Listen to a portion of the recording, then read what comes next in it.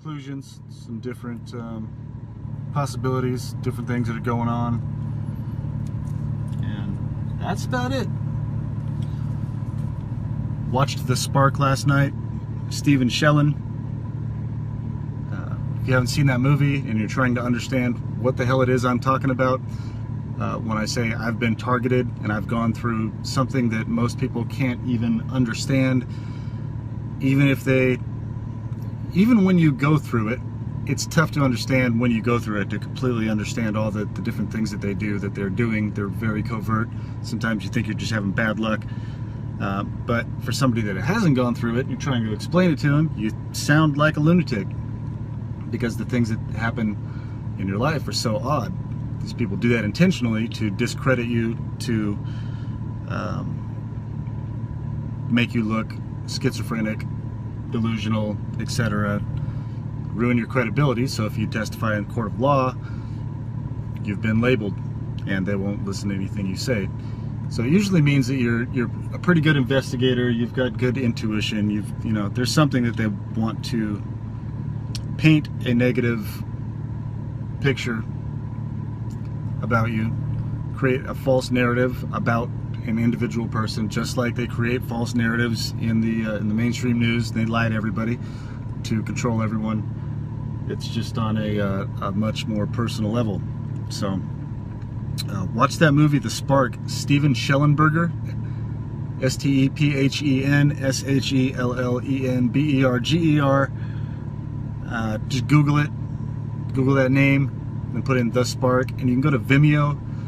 That's the only place that film is available. When you go to Vimeo, they've done something where when you click on watch this film, it opens up a page that says which subscription do you want.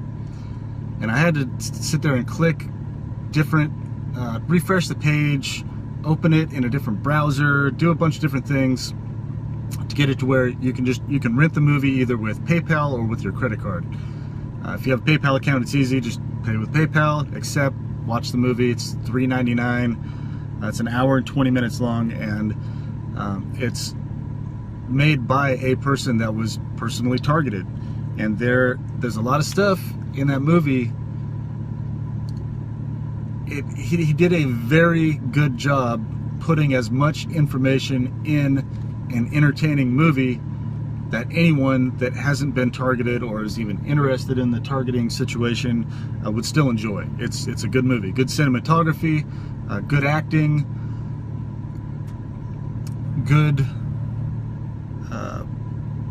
subject material, a lot of good things to, when you're watching the movie and you hear them talk about something you don't understand, maybe watch the movie through one time and then watch it again, and when they're talking about what you don't understand, pause it, write that down, and start to research some of the terms that they talk about in the movie. And everything's out there.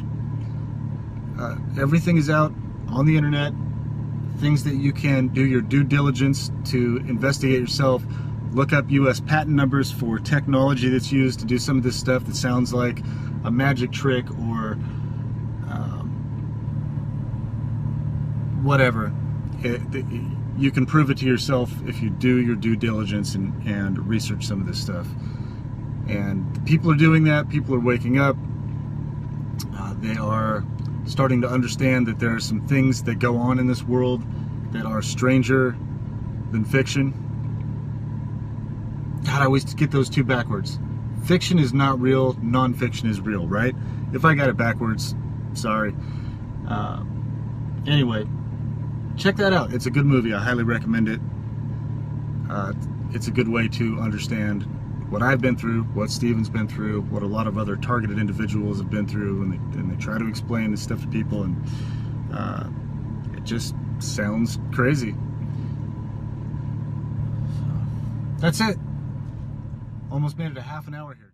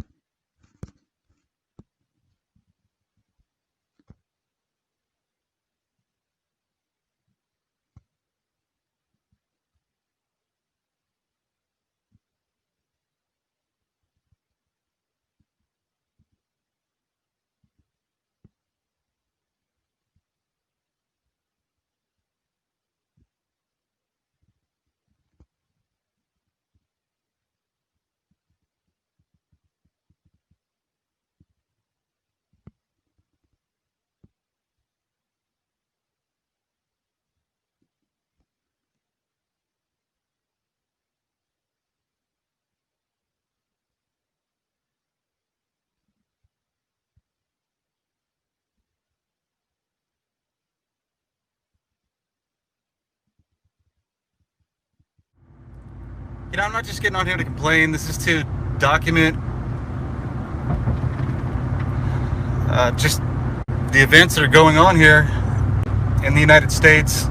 Like I said, I know I'm not the only person that's going through this. I believe there are like 1.5 million people that are illegally watch listed, targeted, and on a mass scale, many more than that. So if you don't work for a giant corporation, some kind of government entity, some kind of business that's in the club, this is a slow takedown. It's been going on for a long time, and this is I'm not sure what's going to happen for a lot of people. So thankfully enough information has gone out to the general public where a random person that has no idea about, well, I shouldn't say no idea, but that maybe has heard a little bit of information about targeting, what happens to targeted individuals, what happens to some of you, what happens to me. Understand that this isn't just complaining or making excuses or thinking somebody's after you, whatever. That this is real. American citizens have been targeted. The President and General Flynn, George Papadopoulos, Carter Page, all those people that have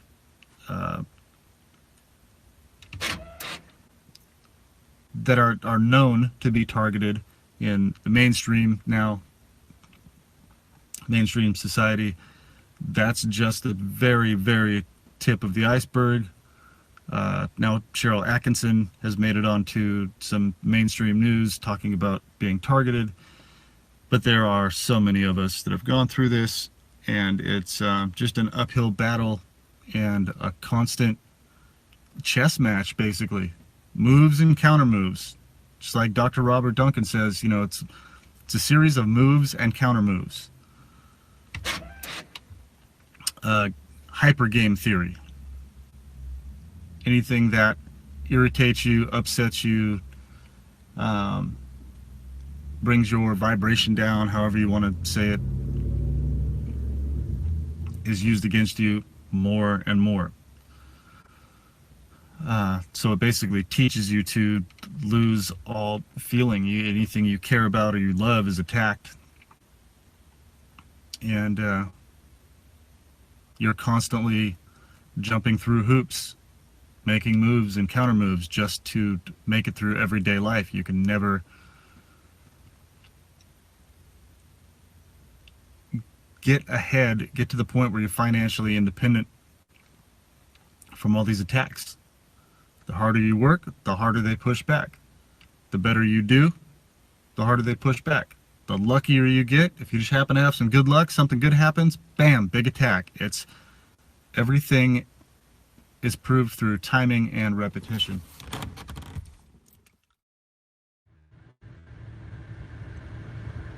Steve Bevan says, says you're soft targeted, some are not so lucky.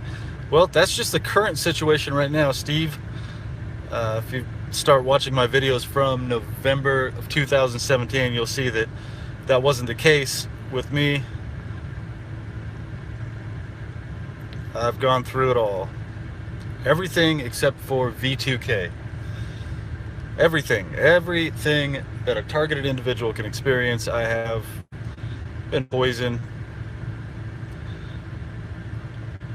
death threats, attempts on my life, you name it. I talk about it calm now because I've been through it so long. I feel like a Vietnam veteran that has been deployed for 2-3 years.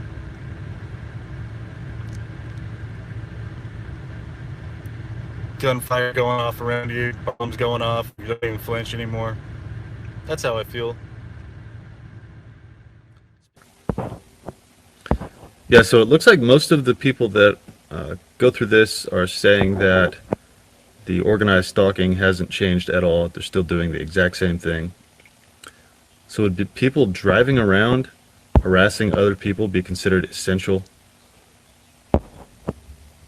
I really don't think so. Yep, no change. Okay, I'm gonna go.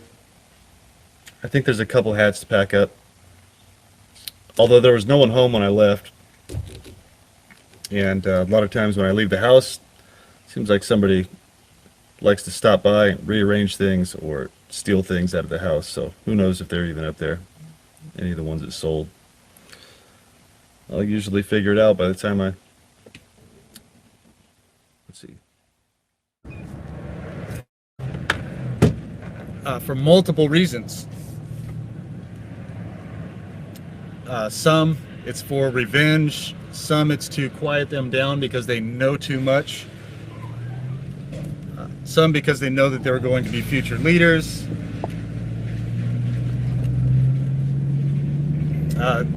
Different reasons. Mostly for profit. The amount of money that's made by targeting individual through the FISA court is astronomical. The amount of people that are employed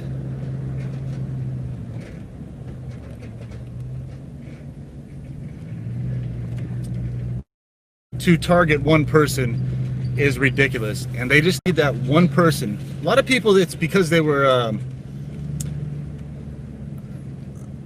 the reason they were targeted is because they were just an easy target. They were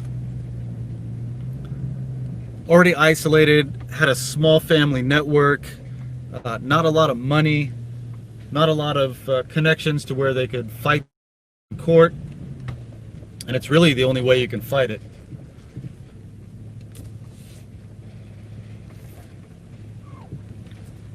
So those people are easy targets.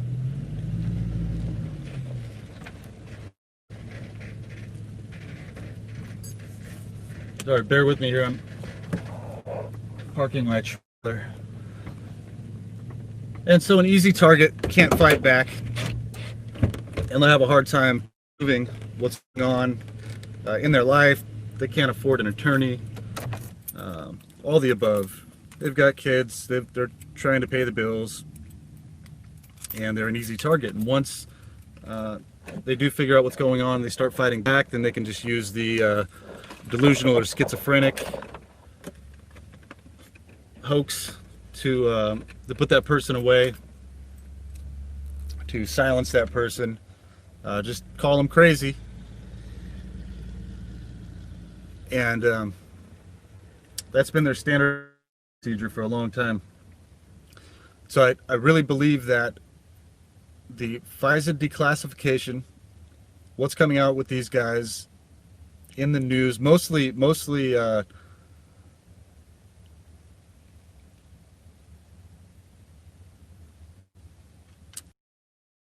they've had a little bit on the mainstream news, but they just lie to you nonstop. Operation Mockingbird has been in place for so long, and they're trying to control the narrative, and they want the narrative to say that all these people are crazy.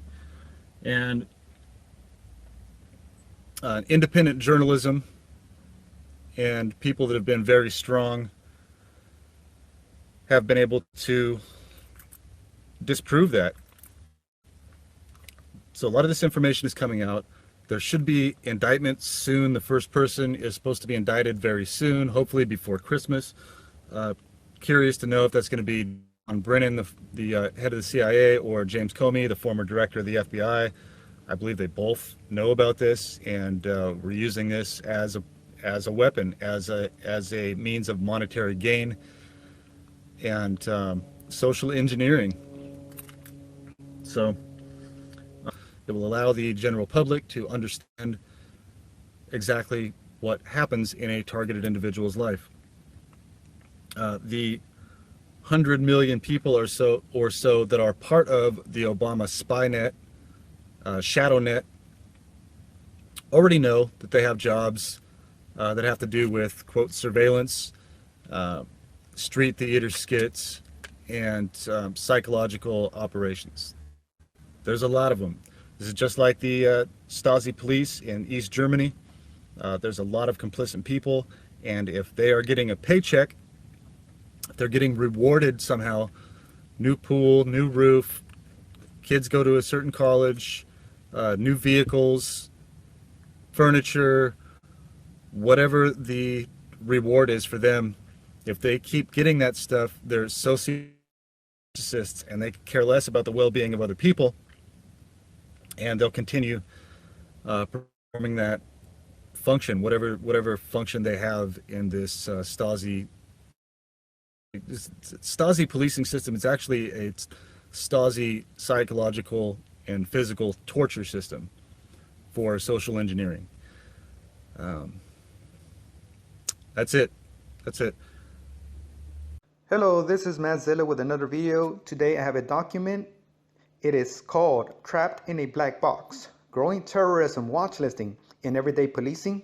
It is issued by the ACLU, American Civil Liberties Union, and it was issued out in April 2016. This is a very important document because it sheds light on targeted individuals. I'm here at a summary page, and this is pretty much going to sum up what this document is about. The primary purpose of the watch list, and right there it says, they have some acronyms there, and it says file. That pretty much just means a watch list file. So the primary purpose of the watch list file is not law enforcement, but the surveillance and tracking of individuals for indefinite periods. Their conclusion is that targeting people on this watch list is not law enforcement. It is just simply used as surveillance and tracking of individuals for indefinite periods of time. Now let's move on. Another thing that this document talks about is that the FBI and other government agencies, that means it's going to be the FBI working with Department of Homeland Security, which works with fusion centers, which works with InfraGard, Citizen Corps, and they use silent hits to track encounters with a watch-listed person without alerting frontline law enforcement officers. What this means is a lot of these law enforcement officers, the majority of them at least, do not know that you are being tracked or that you are being surveilled under this watch list. The third thing that this document talks about is redress for individuals who are erroneously placed in the watch list file is essentially non-existent, which just means that if you are put on this watch list, you have little to no recourse to get you off this watch list. But once you're on this watch list, pretty much you really cannot do anything about it. Now there are three types of people that are put on watch lists, and we're going to go over all three. The first ones are called subjects of full investigations. The second subject is called subject of preliminary investigations.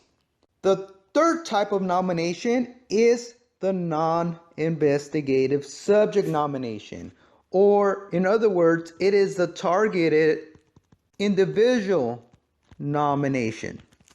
And in this nomination, you're not really being investigated.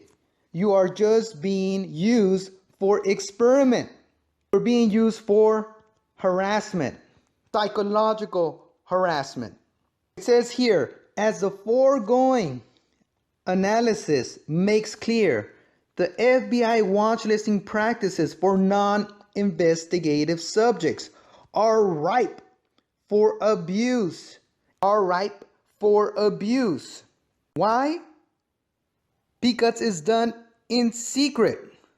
We don't want Americans spying on each other. We need to bury it. And they struck it out from the Homeland Security bill. So shortly after they supposedly cancel Operation TIPS, that is when fusion centers began to take shape, beginning in about 2003. And this is the ACLU report. It will be in the description below, and it's also the same document that I discussed in my first part 1 series of Who is Behind Gang Stalking. And basically they had 1 million civilian spies, or 1 million quote-unquote gang stalkers ready to go to work. So what the Department of Homeland Security probably did, and it is what the ACLU believes that they did, is shortly after Operation TIPS was canceled, they just switched the name to Fusion Centers and kept everything secret instead of out in the open.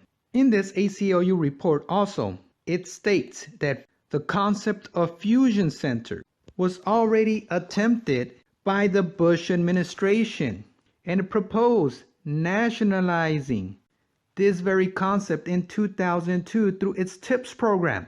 Congress blocked it due to the public outcry, which I explained earlier in this video. But it has resurfaced around the country in various guises, which means it's in secret now. Nobody's supposed to know that there are gang stalkers or civilian spies harassing people using COINTELPRO program harassment techniques, Stasi techniques. Not right. Well, hello. If you're a targeted individual, you might have noticed that your local heroes, that being law enforcement, ambulatory services, fire department, they're not so heroic all the time, are they? And it's pretty annoying, right? Because you're figuring, oh, well, you want to rely on them if you have a situation, but you know you can't because, you know, you're getting messed with all day. Well, so Homeland Security likes to pass out these grants, and, you know, it's in combination or conjunction with other federal bureaucracy agendas, that being NSA, you know, CIA, FBI, blah, blah, blah, DEA, etc. But primarily the DHS, Homeland Security, comes to your municipality, county, or city, or whatever, and, you know, they say, hey, we're going to come with some money. We got some money. We're going to give you these grants. Everything's nice. And we just want you to, you know, just keep an eye on the neighborhood, right? Because we got the war on terror going, and, you know, we want to keep everyone nice and safe. And so it sounds great on paper, right? But what it ends up doing is, you know, they're saying, oh, we just want you, Mr. Firefighter, to work with the police to keep an eye on these persons of interest, because they might have an investigation going, but, you know, by due process, the police are restricted. They're not allowed to do this because, you know, that would be paperwork, but you can do that. And so then what you end up with is cops looking at you weird, and then your firefighters are following you around on and off duty, and then there's these goon squads of local civilians that are recruited by some off-records auxiliary patrol group, Citizens on Patrol, or Neighborhood Watch, that are working with the cops. And they're like, yeah, we're sure that this guy's a criminal. We just don't know what yet. Maybe he's messing around with his pets, or maybe he's, you know, maybe he sneaks around at night and steals people's lawn chairs. Who knows? And so then, yeah, that's why you got firefighters messing with you. Code 3 violations, stalking, showing up at weird times, and just, you know, all sorts of passive-aggressive stuff like that. And it's not that all of them know who you are. It's just that they've been cherry-picked out of, you know, for, you know, the ones who have sociopathic tendencies. Yeah, those are the ones you're going to recruit. Because no one who actually cares about the community is going to do it. It's more likely the young hotshot, the new guy who's got one too many jet skis sitting in his driveway. Because, oh, by the way, they're also on some kind of auxiliary payroll, which is also a nice perk, isn't it? And the fire chiefs, police chiefs who go along with these programs get a nice little extra pension. So, yeah, just like anything, you know, city council is always rationalizing that, oh, isn't this program great? It's money we get for free. We don't have to pay for it, even though it obviously comes from some sort of tax revenue. But, yeah, it's not that, I mean, anytime you have a grant, it's not just money given to you. It's earmarked for specific directives, which means, yeah, it comes with strings attached. So, in this case, for, you know, looking out for the homegrown terrorists, when Homeland Security is giving these directives to your city hall and, you know, baiting the hook with nice little juicy grant money,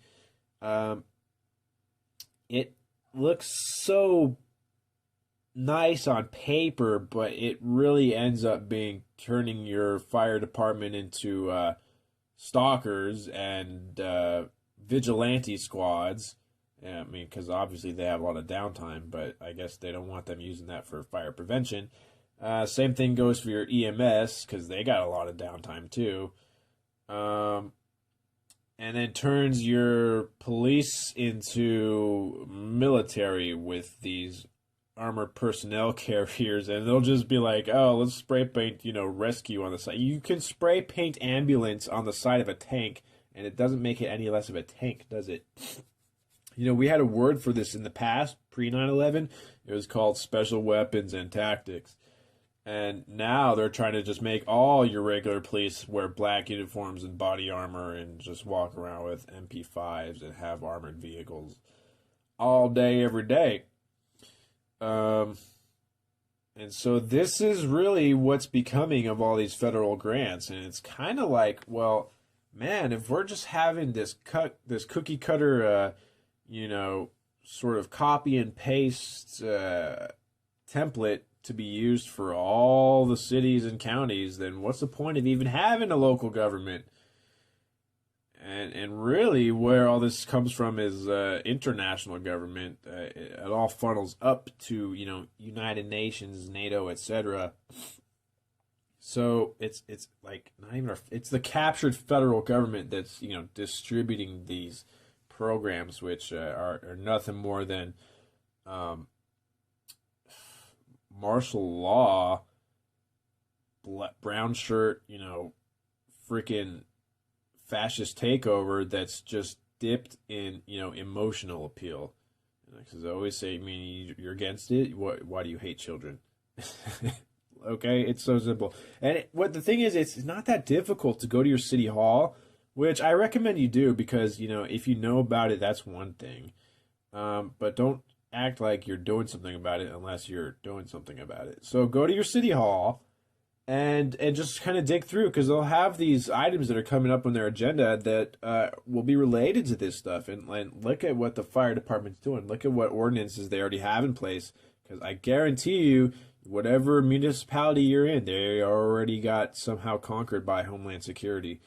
And just be like, I've been looking at this, and I think that this program making the fire department snoop on persons of interest and working with the police, that might be setting yourself up for a lawsuit, city council.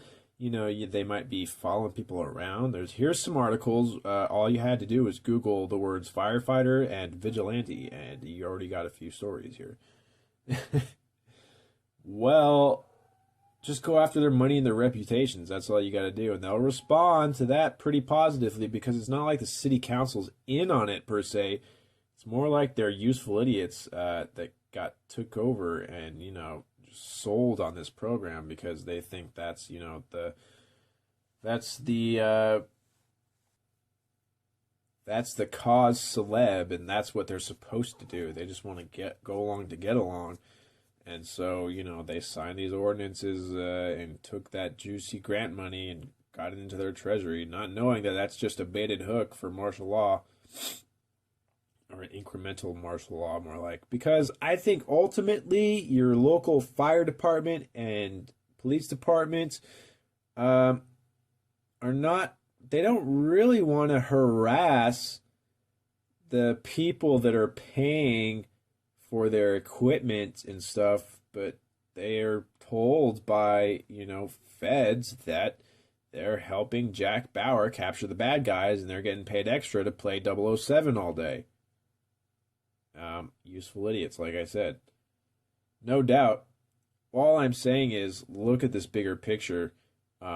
They're trying to get you to go crazy and start shooting up some firefighters. And guess what? That's going to be called an act of domestic terrorism, and that's going to justify, in their minds, all these federal grants that are being dished out, and all this, snoop squads, and all these snitches, and all the what is essentially gang stalking. It's actually going to help the evil rather than hurt it. If you want to do something that's truly effective and helps targets and just, helps get our society back in order, you got to go to your local city council where you're going to have the most efficient effect. That's all I got to say. Live long and prosper.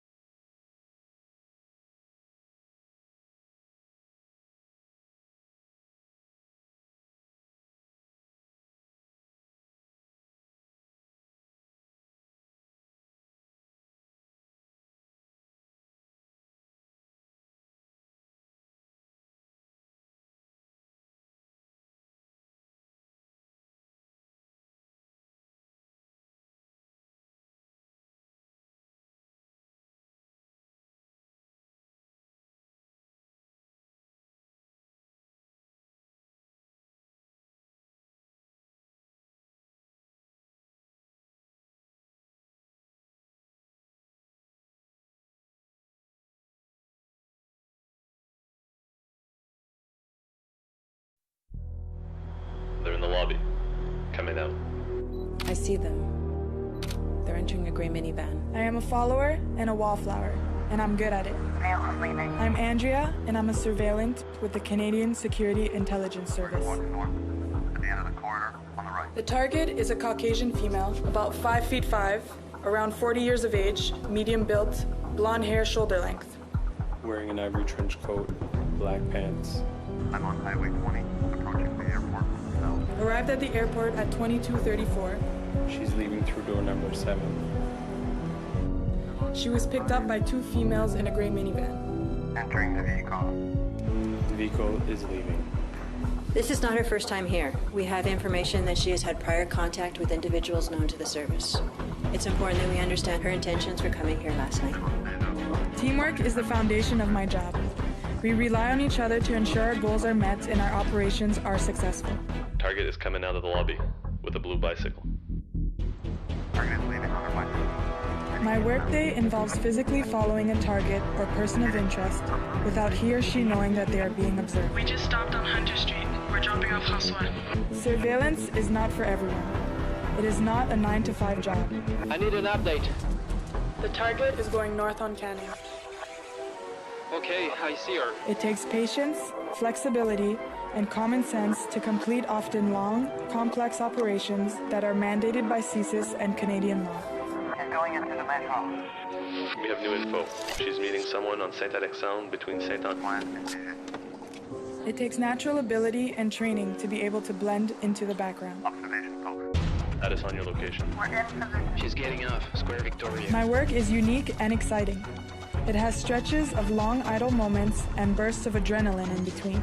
I'm on standby. Anderson Street. She's coming out. The surveillance greatest skill is to be attentive to detail.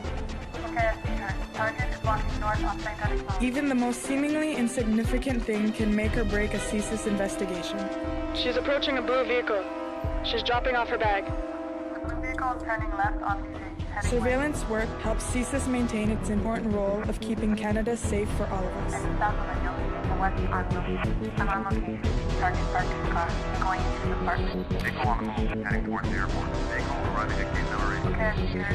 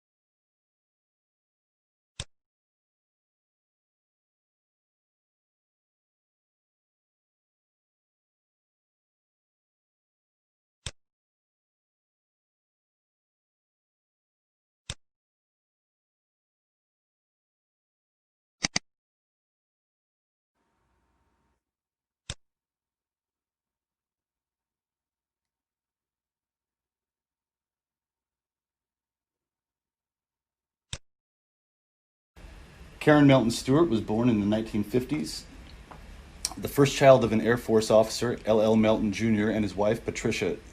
She inherited an interest in drawing and foreign languages from her mother, who was trained classical singer. She majored in German, studying some French and Russian along the way, and minored in fine art. After college, she applied to work for the National Security Agency and Foreign Language Intelligence Analyst, and was hired in 1982, after passing a rigorous background check in 2010. She was railroaded out of her career just 2 years before she could have retired for daring to ask the NSA Inspector General, George Ellard, to investigate why a promotion board member from the NSA Weapons and Space Directorate had informed her that Stewart's award-winning 6-month series of top-secret intelligence reports that was estimated to have saved 2,000 or more lives had been credited to another analyst who had then received a double promotion for Miss Stewart. Instead of doing his job, Ellard ordered NSA security to destroy Stewart's career and credibility, and she was subject to a vicious slander and stalking harassment campaign by NSA security for 3 years, which included the fatal poisoning of a family dog, a 13-month-old male, Newfoundland named Samson, and coordinated driving attacks by NSA goons to intimidate, harm, or kill her. Jeez, I've been there. They're there right now. We were just talking about that, Karen. When she was placed on administrative leave for daring to report the abuse. Put on administrative leave for reporting this. Administrative leave, thank you, for reporting the abuse. NSA brought the local fusion center, Howard County Police, and civilian mercenaries into the harassment campaign. This is when she discovered NSA and other deep state rogue feds had created a network of covert stalkers, a la Nazi brown shirts, to circumvent enhanced whistleblower protection laws, such as the No Fear Act, which Congress mandated be taught to employees annually. After she was illegally fired in 2010, NSA and civilian stalkers left her alone until early 2015, when her lawyer subpoenaed information NSA did not like for her Equal Employment Opportunity lawsuit before the EO Commission. She had moved to Tallahassee, Florida in the meanwhile, her family's hometown. Authorities, Leon County Sheriff's Department, admitted that NSA had sent representatives to town for a secret exercise just when civilian mercenaries called InfraGard and run by the FDLE Fusion Center suddenly renewed her slander and stalking harassment campaign 24/7. A few months later, directed energy weapons were added to the daily assaults, severely damaging her health. She began speaking out and doing interviews in earnest after she learned how many innocent people were being attacked and harmed in such a cowardly and despicable way by a rogue, seditious government faction. This faction, called the Deep State, was secretly subverting rule of law and destroying America through the use of gullible, useful idiot Americans pitted against innocent, decent people to keep the foolish masses occupied, chasing their tails and destroying their best citizens. This is very well written, Karen. Thus, the Idiot Brigade is facilitating the deep state taking control and turning the U.S. and elsewhere into a police state to serve depraved, elitist psychopaths desiring to reduce the population into mindless drones by using the dregs of society to murder the best of society. So usurped rule could never again be successfully challenged and returned to we the people. She has vowed to speak out as long as it is useful. Because what has happened to me has happened to, and we're estimating right now, maybe 500,000 people, except they weren't all NSA analysts. But what you've got here is a smattering of whistleblowers and maybe journalists who ask the wrong questions, according to someone, or people who even at a town hall meeting ask the wrong questions. You know, you've got these people who are being targeted illegally, immorally, unethically, and unconstitutionally for harassment by local officials who have connections to the with population. You know, so much population, you might have one fusion center, and you have a lot more population, you might have two. But these things were created because after 9/11, the congressional committee who was looking into it decided that they didn't have feds or local law enforcement talking to each other, and that's why 9/11 happened. Well, that's not why it happened, but let's go with that for a while. So they created these fusion centers where feds and local law enforcement could get together, compare information they were gathering, and decide if there was a threat somewhere that they all needed to know about. Unfortunately, what really happened is that the Department of Homeland Security, which is over the FBI and FBI fusion centers, decided to enact something that they borrowed from the German Stasi, or the East German secret police, and that is a word that's, I'll say it in German, Zersetzung, and that is a psychological warfare tactic where the East German police would take a dissident who wanted to be free and wanted East Germany to be free, and they would circulate all kinds of vicious rumors about the person, and they would have people turn on him or her and isolate him or her and just pick and pick and pick and pick at them 24/7. They wouldn't get the services they paid for. They'd be insulted and harassed on the street and in their home. And so what their intention was to drive them absolutely crazy and discredit them, and also to make sure that they lost their jobs, they lost their homes, became homeless, and were driven to suicide. So that's how the East German police decided to use, well, basically to get rid of their dissidents. And then they could basically claim, oh, must have been mentally ill, so sorry, too bad, instead of the fact that they had a concerted effort for months or years to destroy the person. Well, our Department of Homeland Security has also taken that, and they're using it, not against terrorists, but against regular Americans. And I was thrown into that when I asked too many questions, like, why in the world would somebody else get a double promotion for my work? Yes. Well, how dare I? How dare I ask that question? You know? Now, what you were just saying about Zerzutzing, and I can never pronounce it correctly, but I do use that word a lot. I tell people about this, and I tell them what exactly what you just said, that what's happening here in the United States was done in World War II, Nazi Germany, and everybody hates Hitler so much, but they're so ready to be part of this program that mimics it exactly. About this because it is true. We don't want people thinking they're crazy if they see 20 white cars next to them. It's something that's not normal, you know? Yeah, exactly. I just took some video. Yeah. Kathy and I were driving out of here. We were heading out. I can't remember where we were going, but we're just leaving the house, and we get to the stoplight, and there's, what was there, like 8 or 9 just white cars completely all the way around us, behind us. And I'm like, huh. That would be cool, you know, if that was a coincidence once a year that happened or something like that. But after it happens the 50th time, you're like, gee, there sure are a lot of white cars around here. And then all of a sudden one day it changes, and it's not white cars anymore, it's bright blue cars.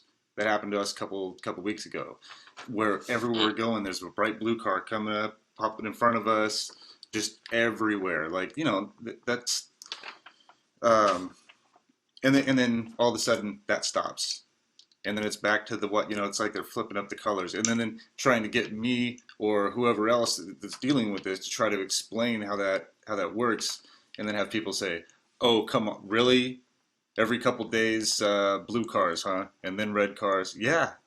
So just utilizing my rights to freedom of speech, exactly, yeah. And I found myself targeted even more. Yeah.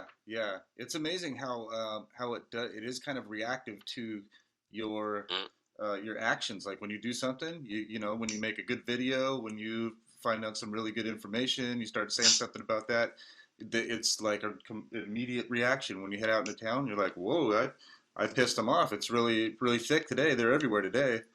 You know, they're swerving at me. The gang stalking is increased. You know, and then you know, it's always perfect timing. And maybe, you know, a couple of those things that get mixed in there are coincidences, but there's no way. Yeah, there's too many times is a pattern, you know. Stack of books talking about DHS and their stakeholders. When I opened it up, it stated there was like 1.2 million Freemasons, which are stakeholders with involved in community policing, community engagement. Yeah. And there was also another document talking about the United Nations and how the tactics that are being used on the street right now in America, a lot of this is being promoted by international communities. Like the United Nations has a it was restricted, now it's not. It's able to access it, and it stated that they try to get people that are involved in community policing to dress in a similar manner like you, getting close to you in stores, doing things that other people would not notice. Say, oh, it's a coincidence, but it's really not when it's happening nonstop. And what's happening is this is being promoted on a governmental level to the point where contractors or fusion centers and their buddies are getting this training. I actually went to, when I found out Citizens Corps was involved in my harassment, I went to their main office. It's under the Texas Association of Regional Councils. And when you look across the United States, there are thousands of these regional councils. They're tied to your government contractors, emergency management, all these different roundtables. So it's easy for a contract to get passed. DOD actually is now connected to the fusion centers. There's proof that the NSA has their own fusion centers. They actually run them with no cops, just military personnel. So anytime you have a bunch of governmental agencies being given not millions but billions of dollars, what ends up happening is that they're going to want to help their friends, and the money has to go somewhere. And if they want to get more funding, so there are reports of people that are being followed around by people that are blind. Like every time they open up their back door, they see someone walking with a white cane. And then when you do research, you may find out, for instance, a company here for the deaf and blind, they get $1 billion a year from the government for a small school. I have the documentation. So they are organizations which are used as fronts. They are used as pawns and fall guys for this. There are videos of people being followed around by elderly people, every street they turn with a white stick, just crazy stuff. They utilize NLP, neuro-linguistic programming. And when you look at your case, when you were talking about one of your videos. Today we're going to talk about gang stalking, operations and tactics, and some of the schemes they like to use. To those of you out there who are targeted individuals like myself, you will recognize many, if not all, of these schemes.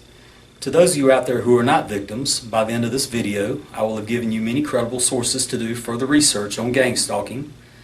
And to those of you out there who are skeptics, by the end of this video, I will have given you some things to strongly consider. So first, to those of you out there who are not victims, you may be asking yourself, what is this gang stalking program we're hearing more and more people talk about every day? What this is a post-2000 COINTELPRO. COINTELPRO, which existed from 1956 to 1971, is America's version of the old Stasi program.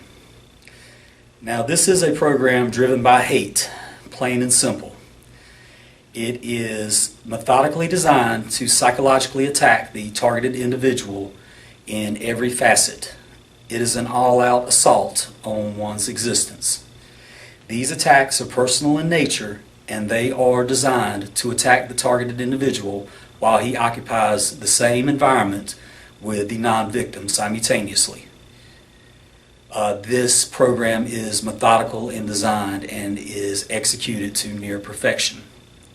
Now, you may be asking yourself, well, how is this gang stalking possible, and how is this community harassment taking place and we can't see it? We're not aware that it's happening. Well, two major factors are involved. One is the methodology that drives the program, and two are the street-level perpetrators who commit these crimes, which we'll be coming back to later on in this video. So first, the methodology that drives this program is very clever in design. It is engineered to attack the victim while he occupies the same environment as the non-victim. Now, you may be asking yourself, how is this possible?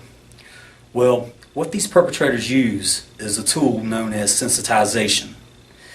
If you would, take a look at these next two video clips.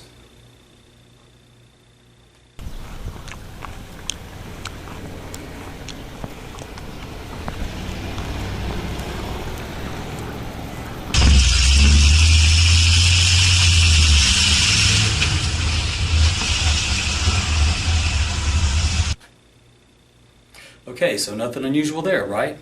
Just a car with a bike and a horse trailer, right? Now, take a look at these next few images.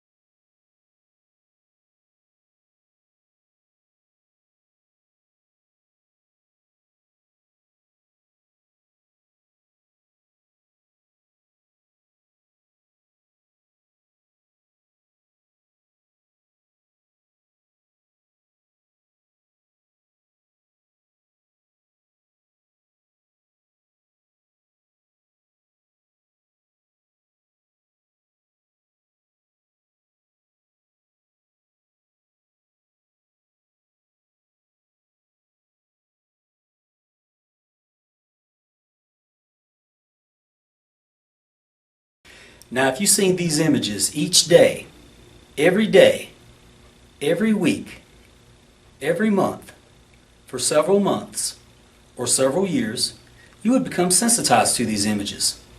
And as a sensitized person, if you were alongside someone who was not sensitized, and the two of you seen either of these,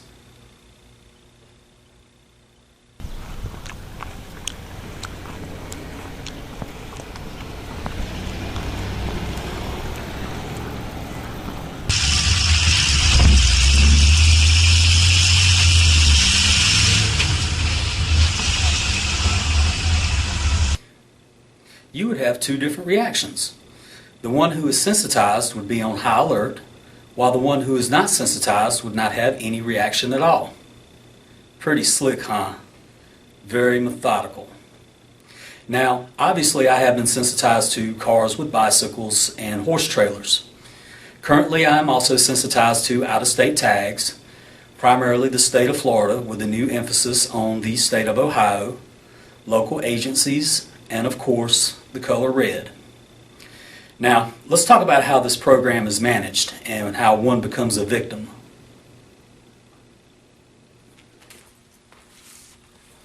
First, let's look at the FBI and what they consider to be a potential domestic terrorist. Here I have a list of 72 behaviors and characteristics the FBI searches for when determining if one is a homeland threat. Included on this list are those that are anti-abortion, those that are anti-nuclear, and simply those that want to make the world a better place. Now, upon closer study and looking at this list, one can conclude that any one or more than one of these behaviors can pertain to anyone in the United States. In other words, this list has been cleverly designed to include anyone and everyone. Anyone could be labeled a homeland threat. Now, fusion centers is where information is compared and processed that is harvested from emails, from phone conversations, from medical records, and from purchase histories. The CIA, DHS, and FBI compare, dissect, and fuse this information at these fusion centers. The real problem, however, lies in the ease of manipulation. This is where the problem originates, and the abuse of the agenda for the search for homeland threats is exploited. This article I have here from the Examiner dates back to September 2011. It's one of the better articles I've read describing this injustice. I'd like to share a few key points with you. Number one, FBI documents obtained by human rights groups show 8,000 American targeted individuals are being secretly persecuted because their names are on a strictly confidential government watch list. Now, this article dates back to 2011. I think 100,000 is probably a more realistic number. Number two, this document includes a notice issued December 21st, 2010 to field officers from counterterrorism that states in capital letters, do not advise the subject that they may be on a terrorist watch list. Number three, ever made someone angry? A person who agrees with the American way of revenge, such as calling your name into the local fusion center? Ever jilted a lover? According to those protecting the fatherland, these situations are sufficient enough to be targeted and kept on a watch list no matter what. And number four, and the most disturbing, it only takes 2 people to report a target. 2 people. Herein lies the problem. You take the 72 characteristics that the FBI is searching for when determining if one is a homeland threat, and combine that with a 2-person witness account that one is a homeland threat, and you're now set up for one of the biggest abuses of power in the history of the world. And when you are deemed a homeland threat, you will experience the most bizarre transition in life you could ever imagine. There is no due process and there is no day in court. Your harassment is relentless. Different phases of being a targeted individual. Most of us start off as non-victims, and up until the point where we've gathered enough knowledge and have a sort of a fair amount of understanding. So as a non-victim, most people just live their normal life. They go about their daily business with no problems. And unfortunately, I think a lot of them don't understand that this sort of thing exists. This electronic harassment thing does exist. It's important to just be informed, even if it's not happening to you, even if you're still not a victim. Mostly just to try and prevent the massive damage that can happen. It's a system that's designed specifically to sort of take out all your finances, to make you dry and empty and have no money, have no way of supporting yourself. Also, the common trick that they play is they're trying to get the victim to move places, move from apartment to apartment or whatever, change states or provinces. And when you do try and get a lot of help or medical help, it's probably just going to be a misdiagnosis, and you end up spending a lot of money for nothing. Doctors might tell you there's no problem, or they might give you a wrong diagnosis. The whole thing with gang stalking and electronic harassment is that it's very unfair. You only gain experience by going through the thing. So it's only once you get in the hole and you find there's actually no way out that a lot of the things begin to make sense. Also, a lot of the damage is completely irreversible. Once you've lost your job, once you've lost your money and your friends, it becomes nearly impossible to get all of those things back. And also the perpetrators seem to control the pace. They seem to sort of dictate, they drain, they might sort of cut off all your friends, cut off your entire support system and isolate you, and then once it's very difficult, they know that you can't get any kind of support, then they only move you on to the next phase. Okay. So the first level is a newbie, a person who's sort of signed up to this gang stalking program and who's a victim. And most people are completely unaware because perpetrators, again, controlling the pace. They're not going to play all their cards immediately at the same time. Also, what they do is that they do a lot of pre-study beforehand. They study your actions and routines, and they check you out, and you still think life is normal and you're completely unaware of what's going on. And the worst case for a newbie is that you run on for years without knowing what's going on, without knowing that this thing is gang stalking, and or maybe even believe misinformation. People who say this doesn't exist, the technology isn't there yet. Move on to the next level. Maybe within months, there's bound to be a lot of strange events happening. Things at work, or maybe you might even start experiencing strange things around the house. There's a lot of madness whenever you're in public, and but you can't just put it. It's very difficult to put a name. It's very there's a lot of weird things, but you don't know what to call it, and you keep on bumbling on. And it's a bit of an ironic situation where it's important for the person at level 2 who's having a lot of these suspicions to get the knowledge quicker. Again, just the case of avoiding cash, avoiding losing as much money as possible. I mean, money is the key here. Once you broke, it's very, very difficult, and to try and hold on to the job as much as possible. The trick that they play is that you've got to move a job, you've got to. But your job is your means of making money, and they know very well they're going to make it impossible for you to get the next job. And then you move on to the next level, which is getting the first knowledge after months and months of all of these crazy events. You begin to know the terminology, you begin to know there's such a thing as gang stalking. And at first the information might be very hard to digest because it's for whatever reason. It just doesn't seem believable. It just doesn't seem logical. It doesn't, it's very difficult to work out the motive, for one, as to why people would gang stalk you or people would follow you the entire day. But I mean, after some experience, you would soon find out that those people are actually getting paid. It's all a money-making scheme. It's just another way of making profits. The biggest mistake that a person in level 3 can make is to be in denial or disbelief, and again, to remain in this phase for too long. Also because there's a lot of misinformation. There's a lot of information that's deliberately made to keep you in the dark and make you, keep you as uninformed as possible. That's the whole game of misinformation. Fortunately, and I think there are a lot of victims now that sort of progress to the next phase. After lots of experiences, I mean, it's very difficult to still lie to the guy and say, look, you're crazy or whatever. Understanding of the full picture, understanding that this is actually a system. Electronic harassment and gang stalking, organized stalking, it's all a system. You understand almost the A to Z.